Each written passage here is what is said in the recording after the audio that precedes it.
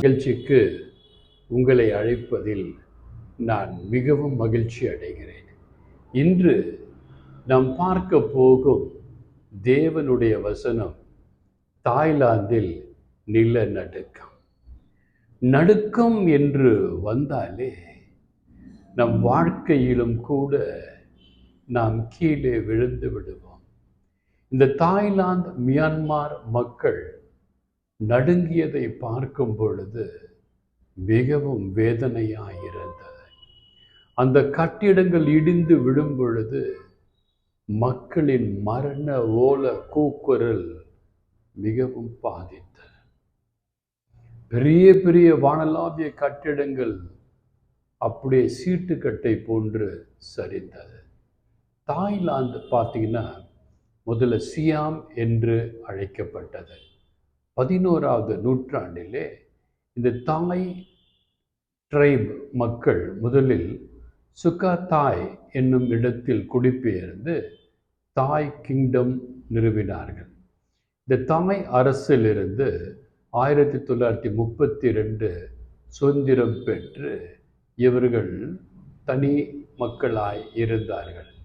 1942 Thailand world war 2 வந்த பொழுது Japan அதை ஆக்கிரமிப்பு செய்தது. பின்பு சியாம் தாய்லாண்டாக மாறியது. 1947 2007 வரை இராணுவ ஆட்சி. இந்த தாயில் அப்படி என்ன ஸ்பெஷல் தாய்லாண்டில்னு பார்த்தீங்கன்னா, grand palace, street food, night life, அதாவது இரவு கேளிக்கை என்று சொல்வார்கள், விபச்சாரம் என்று தமிழிலே சொல்லலாம். புக்கட், பேங்காக், பட்டாயா, சியாங்மா அங்கெல்லாம் பார்த்தீங்கன்னா தெருவோரம் செல்லும் ஆண்களை கம்பல்சரியாக கட்டாயப்படுத்தி அவர்கள் கூட்டு கொண்டு போய் விபச்சாரம் என்கிற பாவத்திலே அவர்களை விட வைத்து அந்த ஊரே தாய்லாந்தே பாவத்துக்கு பெயர் போனது. பாவத்திற்கு பெயர் போனது மட்டுமல்லாமல் பாவ காரியங்களை செய்து கடவுளின் உக்கிர கோபத்திற்கு ஆளானது. மியான்மரில் என்ன பிரதர் பிரச்சனைன்னு பார்த்தீங்கன்னா, மியான்மரில் மனித உரிமைகள் மீறப்பட்டு இராணுவ ஆட்சி நடந்து கொண்டிருக்கிறது. போதை மருந்துகள் கடத்தப்படுகிற ஒரு பெரிய வியாபாரம், போதை வியாபாரம் மியான்மரிலே கொடிகட்டி பறக்கிறது. ஆண்டவர் பார்த்து கொண்டே இருப்பார். ஆண்டவருக்கு பாவம் பிடிக்காது. அந்த பாவம் பிடிக்காத காரணத்தினாலே பூமியின் அதிர்வு ரிக்கட் அளவுகோலில் 7.7 என்று பதிவாயிருக்கிறது. நிலங்கள் நடுங்கின, ஸ்டேஷனில் இருக்க ட்ரெயினே ஆடுது, ஏர்போர்ட்டில் இருக்க இதெல்லாம் ஆடுது. மக்கள் உயிருக்கு பயந்து பெரிய பெரிய கோடீஸ்வரர்கள் ரோட்டிற்கு வந்து விட்டார்கள். மாளிகையில் பல அடுக்கு மாடிகள் இருந்தவர்கள் கீழே வீடு இடிந்தி நொறுங்கி கார், பங்களா, பணம் எல்லாம் போய் நடு தெருவுக்கு வந்து விட்டார்கள். இப்படித்தான் வேதத்திலே பார்க்கும் பொழுது ஆதியாகமம் 18ஆம் அதிகாரம் 20ஆம் வசனத்திலே பாவம் அதிகமாயிற்று, பாவம் பெருக்கெடுத்தது. எங்கு பார்த்தாலும் பாவம், விபச்சாரம்.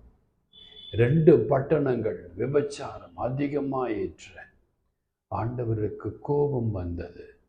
ஆதியாகமம் 19:29 அவர் பட்டணங்களை அழிக்கும் பொழுது, இந்த ஆண்டவருக்கு உக்கிர கோபம் வரும் பொழுது, இந்த விபச்சாரம், மாயை வேலைகள் எல்லாம் செய்து ஆண்டவரை கோபப்படுத்தினால் ஆண்டவர் அழித்து விடுவார். நோவாவின் காலத்திலே கூட ஆதியாகமம் 6ஆம் அதிகாரம் ஆண்டவரை மனிதனை ஏன் தான் படைத்தேனோ என்று மனம் வருந்தி அழிவை கொடுத்தார். சோதாம் கொமோராவுக்கு அழிவு. இப்படியாக அழிவின் மேல் அழிவு, அழிவின் மேல் அழிவு என்று ஆண்டவர் பூமியை அழித்து கொண்டே இருந்தார். விபச்சாரம் ஆண்டவருக்கு பிடிக்காது. ஒருவனுக்கு ஒருத்தி தான். அந்த ஒருத்தியோடு தான் நீ கடைசி வர வாழணும். உனக்கு ஒருத்தியோடு வாழ முடியல, இன்னொரு துணை தேவைப்படுகிறது, உன் மனைவிக்கு மருத்துவ காரணத்தின் நிமித்தம் உன்னோடு சுகமாக இருக்க முடியவில்லை என்றால், நீ ஆண்டவரை கேட்டு திருச்சபையை கேட்டு உன் திருச்சபை அனுமதித்தால் ஒழிய நீ இரண்டாவது திருமணமோ இரண்டாவது பெண்ணோடோ உறவு கொள்ள கூடாது. அவ்வாறு உறவு கொண்டிருப்பீர்களே, ஆனால் இன்றைய ஆண்டவரை பார்த்து மன்னிப்பு கேளுங்கள். எவ்வாறு பெரிய கட்டளங்களை நீர் மூலமாக்கிய தேவன் உங்கள் வாழ்க்கையும் என் வாழ்க்கையும் கூட நீர் மூலமாக்க வல்லவராயிருக்கிறார். அடுத்த ஆம்பளையோட தொடர்பு கொண்டிருக்கிற திருமணமான பெண்கள், விதவை பெண்கள், தயவு செய்து இந்த செய்தியை கேட்பீர்களே, ஆனால் உங்கள் தொடர்பை துண்டித்து கொள்ளுங்கள். ஆண்டவருக்கு பிடிக்காத காரியம். அடுத்தபடியாக ஆகாயின் தீர்க்கதரிசியின் புத்தகம் 2ஆம் அதிகாரம் 6-7 வசனங்களை பார்க்கும் பொழுது, இங்குதான் ஆண்டவர் பூமியை நிலநடுக்கம் அதிர செய்வேன் என்று சொல்லி இருக்கிறார். Yet once more in a little while I am going to shake the earth, the sea and the dry land. இன்னும் ஒரு விசை நான் இந்த பூமியை அதிர பண்ண போகிறேன். இந்த மக்கள் என் பயத்தை அறிந்து கொள்ள வேண்டும். விபச்சாரம் கூடிக்கொண்டே போகிறது. சோதோம் கொமோராவை போன்று கூடிக்கொண்டே போகிறது. ஊழியக்காரிகள், குருக்கள், கன்னியர்கள் பாவம் செய்து கொண்டே இருக்கிறார்கள். ஆண்டவர் சினம் கொண்டிருக்கிறார். எவ்வாறு தாய்லாந்து, மியான்மர் அழிக்கப்பட்டதோ, ஒருவேளை நீங்களும் நானும் கூட அவ்வாறு பாவத்தை செய்வோமேயானால் அழிக்கப்படலாம் என்று ஆண்டவர் சொல்லுகிறார். சங்கீதம் 114:7 இவ்வாறு சொல்லுகிறது, பூமியிலே நீ ஆண்டவருக்கும் தேவனுக்கு முன்பாக அதிரு. பூமியே நீ ஆண்டவருக்கும் தேவனுக்கு முன்பாக அதிரு. ஆண்டவர் சொல்றாருங்க, நான் சொல்லல. ஆண்டவர் நீங்கள் இருக்கிற இடத்துல, நான் இருக்கிற இடத்துல பூமியை அதிர பண்ணுவாரே, ஆனால் நீங்கள் இருக்கிற குடியிருப்பு, நான் இருக்கிற குடியிருப்பு தரை மட்டமாகிவிடும். ஏன்னா தேவனுக்கு பிடிக்காது. தேவன் ஏசாயா தீர்க்கதரிசியின் புத்தகம் 2ஆம் அதிகாரம் 19-20 வசனங்களில் இவ்வாறு சொல்லுகிறார், பூமியை தத்தளிக்க பண்ண கர்த்தர் எழும்புவார். பாவம் அதிகரித்து கொண்டே போனால் தேவன் மன்னித்து கொண்டே இருப்பாரா? நீங்கள் எத்தனை முறைதான் உங்கள் பாவத்தினால் இயேசுவை சிலுவையிலே அறைவீர்கள் என்று சிந்தித்து பாருங்களேன். இதை பார்த்து கொண்டிருக்கிற நறுமை சகோதரா, சகோதரி, சிந்தித்து பாருங்கள், மனம் திரும்புங்கள். உங்கள் வயது ஆகிக்கொண்டே இருக்கிறது. நீங்கள் பூமியிலே வாழ்கிறது ஒரு குறுகிய காலம். பிறப்பு இறப்புக்கு நடுவே நீங்களும் நானும் போடும் ஆட்டத்தை தேவன் கணித்து கொண்டே இருக்கிறார். பூமியை தத்தளிக்க பண்ண கர்த்தர் எழும்புவார் என்று ஏசாயா 19:20 தெளிவாக சொல்கிறார். ஆகாயில பார்த்தோம் 2:6-7, I will shake the earth. நான் இந்த பூமியை அதிர பண்ணுவேன். தாய்லாந்தில் அதிர பண்ணார், 7.7 ஹெக்டர். மியான்மர், பர்மாவில் அதிர பண்ணார், 7.7 ஹெக்டர். பக்கத்தில் தான் சைனா, இந்தியா. ஞாபகப்படுத்தி பாருங்கள். உங்களுக்கும் எனக்கும் ஆண்டவர் வாய்ப்பினை கொடுத்து கொண்டிருக்கிறார். ஒருவேளை அபிரகாம் ஆண்டவரோடு போராடி, ஆண்டவரே ஆண்டவரே அழிக்காதீங்கன்னு சொன்ன மாதிரி உங்களுக்காக எனக்காக யாரோ போராடி கொண்டிருக்கிறார்கள் இயேசுவினிடத்திலே. உங்களுக்காக நான் போராடுகிறேன், எனக்காக யார் போராடுகிறார்கள்? என்னுடைய அருமை நண்பர் ஹென்ரிக் ஜோஸாம் போராடுவார். எனக்கு போராட யாருமே இல்லை, இயேசு மட்டும்தான் இருக்கார். இப்போ ஹென்ரிக் ஜோஸ் கிடைச்சிருக்கார். அவர் எனக்காக தினமும் ஜெபிக்கின்றார். அவருக்காக தினமும் நான் ஜெபிக்கிறேன். ஒருவருக்கொருவர் ஜெபித்துக் கொண்டிருக்கிறோம். எனக்கு நானே ஜெபம் பண்ணக்கூடாது. எனக்கு நீங்கள் தான் ஜெபம் பண்ணணும்.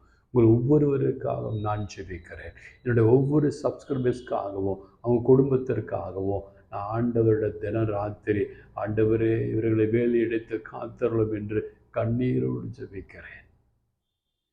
கண்ணீர் வீண் போகாது. ஆதியாகமம் 6:4 ராட்சதர் என்னது ராட்சசங்க இருக்குன்னு சொல்றாங்க இல்லையா, ராட்சதர் பூமியிலே இருந்தார்கள்.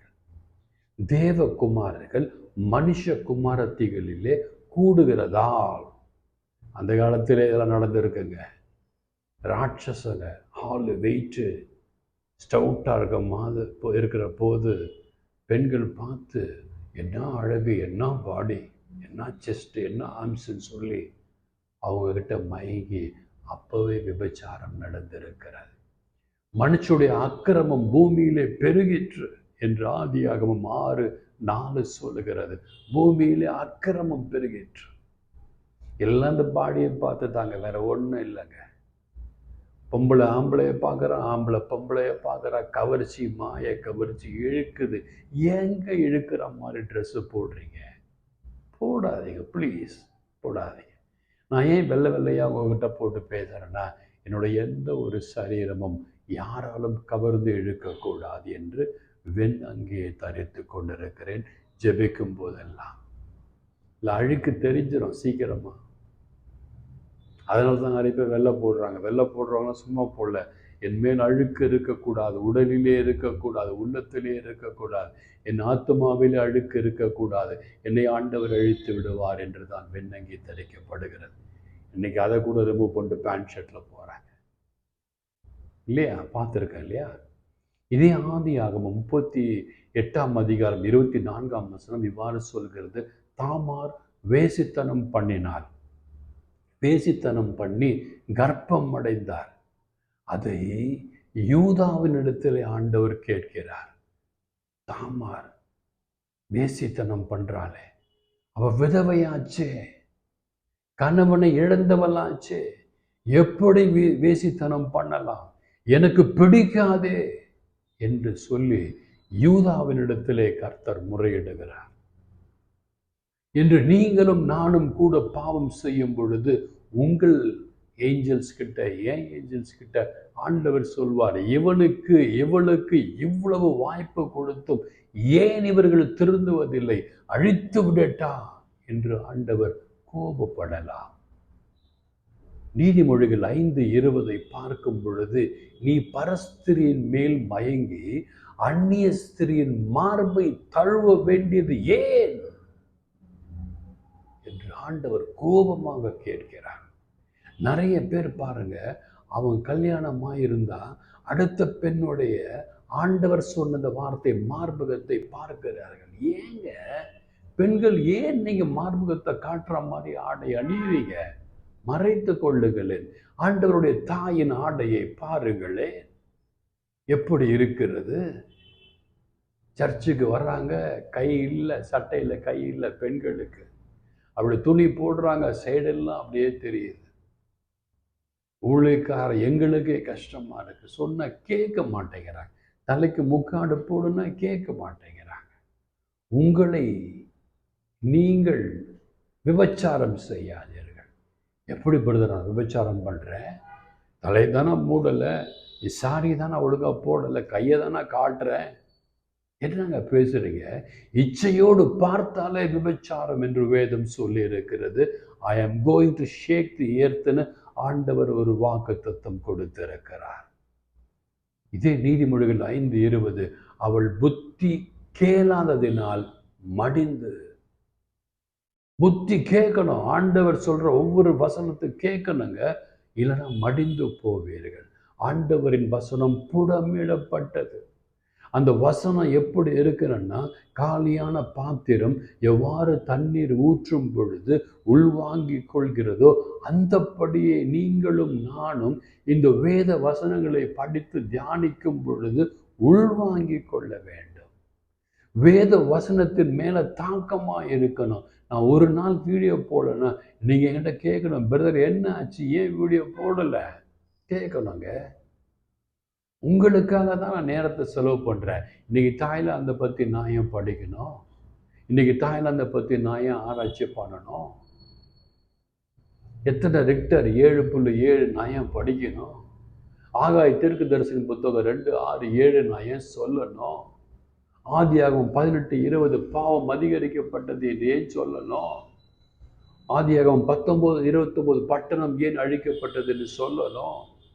உங்களுக்காக ஆண்டவர் வாய்ப்பு கொடுக்கிறார், எச்சரிக்கை கொடுக்கிறார் என்று உங்களுக்காக எனக்காக சொல்லப்படுகிறது.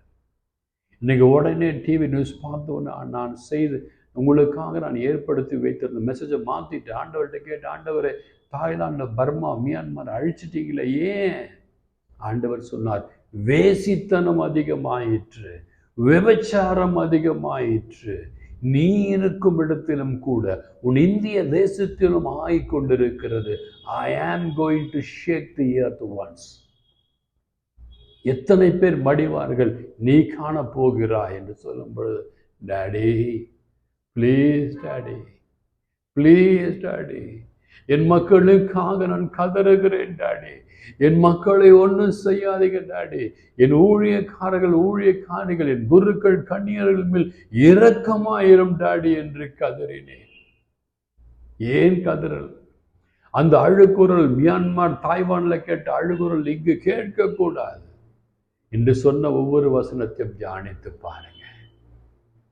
மனம் திரும்புங்கள். எந்த காலத்துல மனம் திரும்புங்கள். இயேசுவின் சிலுவையை உற்று பாருங்கள். நீங்கள் உங்கள் ஆடைகளை களைந்து உங்கள் ஆடைகளை உடம்பு தெரியும் போல் காட்டும் பொழுது இயேசுவை நிர்வாணப்படுத்துகிறீர்கள். எனவே என்று சொன்ன ஒவ்வொரு வசனங்களையும் பார்த்து தியானித்து அதன்படி நடப்பீங்கன்னா நீங்க நல்லா இருப்பீங்க, உங்க குடும்பம் நல்லா இருக்கும், உங்க பிள்ளைகள் நல்லா இருப்பாங்க. இந்த மியான்மர், தாய்வானுக்கு நடந்த எந்த நிகழ்வும் இங்கு நடக்காமல் நாம் பார்த்து கொள்ள வேண்டும். God bless you all.